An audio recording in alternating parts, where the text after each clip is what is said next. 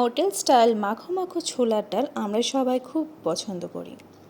তো এইভাবে মাখো মাখো একটা হোটেল স্টাইল ডাল বুটের ডাল যদি ঘরে তৈরি করা যায় তাহলে খুব সহজে এবং সুন্দরভাবে আমরা সবাই এটাকে এনজয় করতে পারি। খুব সহজেই আমি আজকে এই বুটের ডালের রেসিপিটা আপনাদের সাথে শেয়ার করব, যেটা কিনা একদমই হোটেলের মতন মাখো মাখো হবে এবং ডালগুলো ভেঙে যাবে না।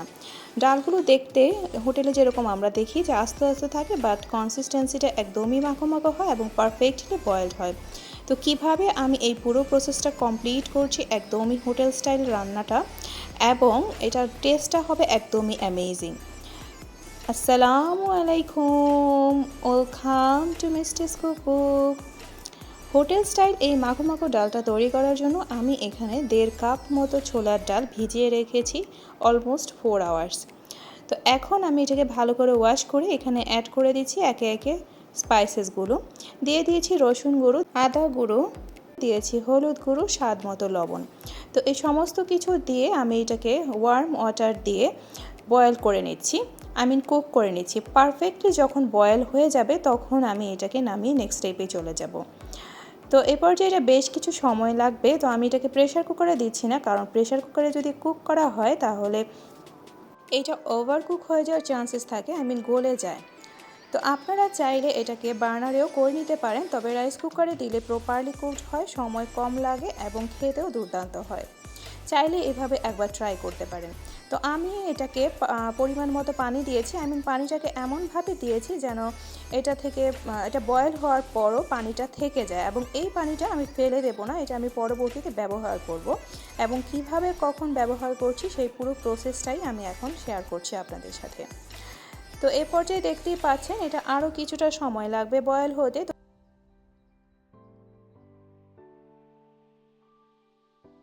তো আবারও কিছুক্ষণ পর ফিরে এসেছি।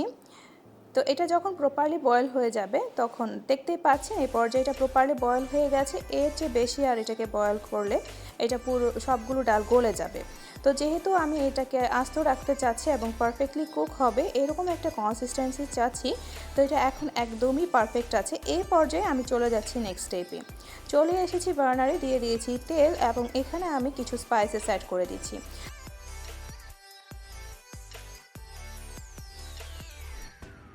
আমি এখানে দিয়েছি কেটে রাখা পেঁয়াজ এবং তেজপাতা। তো এটাকে আমি কিছুক্ষণ ভালো করে ফ্রাই করে নেব। অলমোস্ট বেরেস্তার মতন লুক যখন আসবে তখন আমি আগে থেকে তৈরি করে রাখা একটা স্পাইসেস এখানে অ্যাড করব। আমি এখানে আগে থেকেই সমস্ত প্রকারের গরম মশলা দারচিনি, এলাচ, তেজপাতা, জিরে, গোলমরিচ, লবঙ্গ, পেঁয়াজ এবং শুকনো মরিচ সব কিছু একসাথে ভালো করে ফ্রাই করে গ্রাইন্ডারে গ্রাইন্ড করে নিয়েছি। তো এই পর্যায়ে আমি এই ভেজে রাখা পেঁয়াজের সাথে সব কিছু অ্যাড করে দিলাম এবং এখানে অ্যাড করে দিয়েছি পরিমাণ মতো মরিচ গুঁড়ো, হলুদ গুঁড়ো এবং ধনে গুঁড়ো। যেহেতু হলুদ গুঁড়োটা আগে ব্যবহার করেছি, সো এই ক্ষেত্রে এটাকে একটু বুঝে ব্যবহার করতে হবে। তো সব কিছু একসাথে দিয়ে দেওয়ার পর আমি এটাকে এখন ভালো করে মিক্স করে বেশ কিছুক্ষণ সময় ধরে কষিয়ে নেব। যখন এটার কাঁচা ফ্লেভারটা চলে যাবে, র মশলার ফ্লেভারটা চলে যাবে, সেই পর্যায়ে আমি অ্যাড করে দিচ্ছি আগে থেকে সেদ্ধ করে রাখা এই ছোলার ডাল। তো ছোলার ডালটা এই পর্যায়ে আমি সবটা অ্যাড করছি না, এইটুকু পরিমাণ আমি রেখে দিচ্ছি এবং কিভাবে পরে আমি এটাকে ব্যবহার করব সেটাও আপনাদের সাথে শেয়ার করে দিচ্ছি। তো এই পর্যায়ে আমি এই ডালগুলোকে কিছুটা সময় কষিয়ে নেব, দেন এখানে পানি অ্যাড করব। এই পর্যায়ে আমি এটাকে কষিয়ে নেওয়ার পর আমি যে পানিটা অ্যাড করব এটা অবশ্যই আমি সেদ্ধ করার সময় যে পানিটা বেশি পরিমাণে দিয়েছিলাম সেই পানিটা ফেলে না দিয়ে সেই পানিটাই আমি এখানে অ্যাড করব। তো আপনারাও চাইলে এইভাবে করে করতে পারেন, এটাতে খুব ভালো একটা রেজাল্ট আসে, যেরকম টেস্টটা ভালো থাকে, প্রপারলি কুকড হয়, ভেঙে যায় না, দেখতেও একদমই হোটেলের মতোই লাগবে।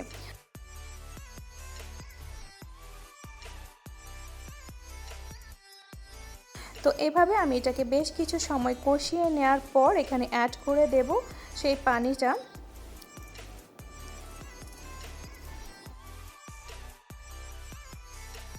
যারা অলরেডি আমাকে সাবস্ক্রাইব করে আমার পাশে আছেন তাদেরকে জানাই অসংখ্য আন্তরিক ধন্যবাদ, শুভেচ্ছা এবং শুভকামনা। যারা প্রতিনিয়ত সুন্দর সুন্দর কমেন্টস করে আমাকে অনুপ্রাণিত করছেন তাদের প্রতি আমি ভীষণভাবে কৃতজ্ঞ, জানাই তাদেরকে অসংখ্য আন্তরিক ধন্যবাদ। যারা আজকে আমার চ্যানেলে নতুন ভিজিট করছেন অথবা আমার এই ভিডিওটি দেখছেন, তাদের কাছে আমার এই রেসিপিটি বা ভিডিওটি যদি ভালো লেগে থাকে তাহলে চাইলে লাইক, কমেন্ট, শেয়ার বা সাবস্ক্রাইব করে পাশে থেকে যেতে পারেন। পাশে থাকা বেল আইকনটি প্রেস করে দিতে পারেন পরবর্তীতে নতুন ভিডিও নোটিফিকেশন পেতে। আমিও পরবর্তীতে সময় সুযোগ মতো এবং অবশ্যই নির্দিষ্ট সময় পর আপনাদের চ্যানেলে পৌঁছে যাব। এই পর্যায়ে আমি অ্যাড করে দিয়েছি সেই সেদ্ধ করে রাখা পানিটা। আমি ডালটাকে সেদ্ধ করে রাখার পর যে পানিটা অবশিষ্ট ছিল সেই লেফট ওভার পানিটাই আমি এখানে অ্যাড করে দিয়েছি। তো আপনাদের যদি এক্সট্রা পানি এখানে অ্যাড করার প্রয়োজন হয় সেক্ষেত্রে করতে পারেন, তবে আমার দরকার পড়েনি। যেহেতু আমি এটাকে পারফেক্টলি কুকড করে নিয়েছি, তো এই পর্যায়ে আমি কিছুটা সময় এটাকে ঢেকে কুক করে নিচ্ছি এবং যে ডালটা আমি রেখে দিয়েছিলাম সেটাকে আমি ম্যাশ করে নিয়েছি এবং এখানে অ্যাড করে দিচ্ছি।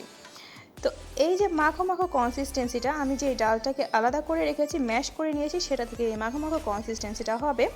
পাশাপাশি ডালগুলো একদমই ভেঙে যাবে না, যেহেতু আমি এটাকে পারফেক্টলি বয়েল করে নিয়েছি আগেই রাইস কুকারে।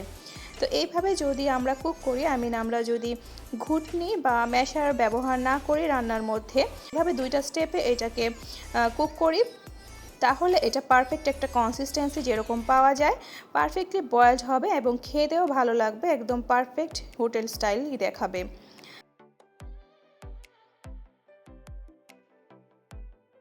তো এইটাকে আমি আর কিছুক্ষণ কুক করে নেওয়ার পরে এটা প্রপারলি রেডি হয়ে যাবে, দেন আমি সার্ভ করে দিচ্ছি। এই পর্যায়ে রান্নার শেষের দিকে আমি এখানে স্বাদের ব্যালেন্স করার জন্য সামান্য পরিমাণ চিনি অ্যাড করেছি, তবে এটা অপশনাল, আপনারা চাইলে স্কিপও করতে পারেন। আমার এই রেসিপিটি বা ভিডিওটি আপনাদের কাছে কেমন লেগেছে কমেন্টসে চাইলে জানাতে পারেন। রেসিপিটি ভালো লাগলে লাইক, কমেন্ট, শেয়ার বা সাবস্ক্রাইব করে পাশে থাকতে ভুলবেন না। পাশে থাকা বেল আইকনটি প্রেস করে দেবেন পরবর্তীতে নতুন ভিডিও নোটিফিকেশন পেতে। তো দেখতেই পাচ্ছেন এই ডালগুলো একদমই আস্ত আস্ত আছে এবং মাখো মাখো একটা কনসিস্টেন্সি চলে এসেছে। তো এই পর্যায়ে এটা অলমোস্ট হয়ে গেছে। আমি এখানে অ্যাড করে দিয়েছি কাঁচা পাকা মরিচ। এটা জাস্ট ফ্লেভারের জন্য, আর কিছুই নয়। তো এটা আমি নামিয়ে নিয়েছি এবং বেশ কিছুক্ষণ পরে আমি এটার কনসিস্টেন্সিটা এবং পারফেক্টনেসটা আপনাদের সাথে শেয়ার করছি। আমরা সবাই জানি কিছুটা পরিমাণ পানি থাকা অবস্থায় ছোলার ডাল নামিয়ে নিতে হয়, কারণ পানি পরে টেনে যায়। তো এক্ষেত্রেও সেম, আমি এটাকে কিছুটা পানি দেখেইছিলেন যে ছিল। তো সে পর্যায়ে নামিয়ে নেওয়ার পর এটা যখন আমি বেশ কিছুক্ষণ পর আপনাদের সাথে শেয়ার করছি তখন এরকম একটা কনসিস্টেন্সি এসেছে। এবং বিলিভ মি, এটা যেরকম ফ্লেভারফুল ছিল এবং পারফেক্টলি এটা হোটেল স্টাইল দেখতে এবং খেতেও অসাধারণ হয়েছিল। তো এভাবে একবার হলেও আপনারা বাসায় এভাবে ট্রাই করতে পারেন। রুটি, পরোটা, ভাত সব কিছুর সাথে এটা অ্যামেজিং হয় খেতে।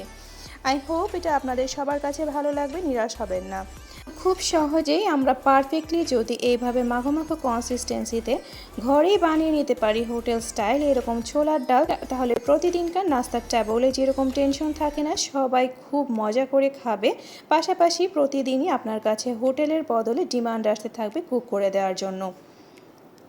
Thanks for watching. ভালো থাকবেন, সুস্থ থাকবেন। পরবর্তীতে আবারও চলে আসবো নতুন কোনো ভিডিওর সাথে। আল্লাহ হাফেজ।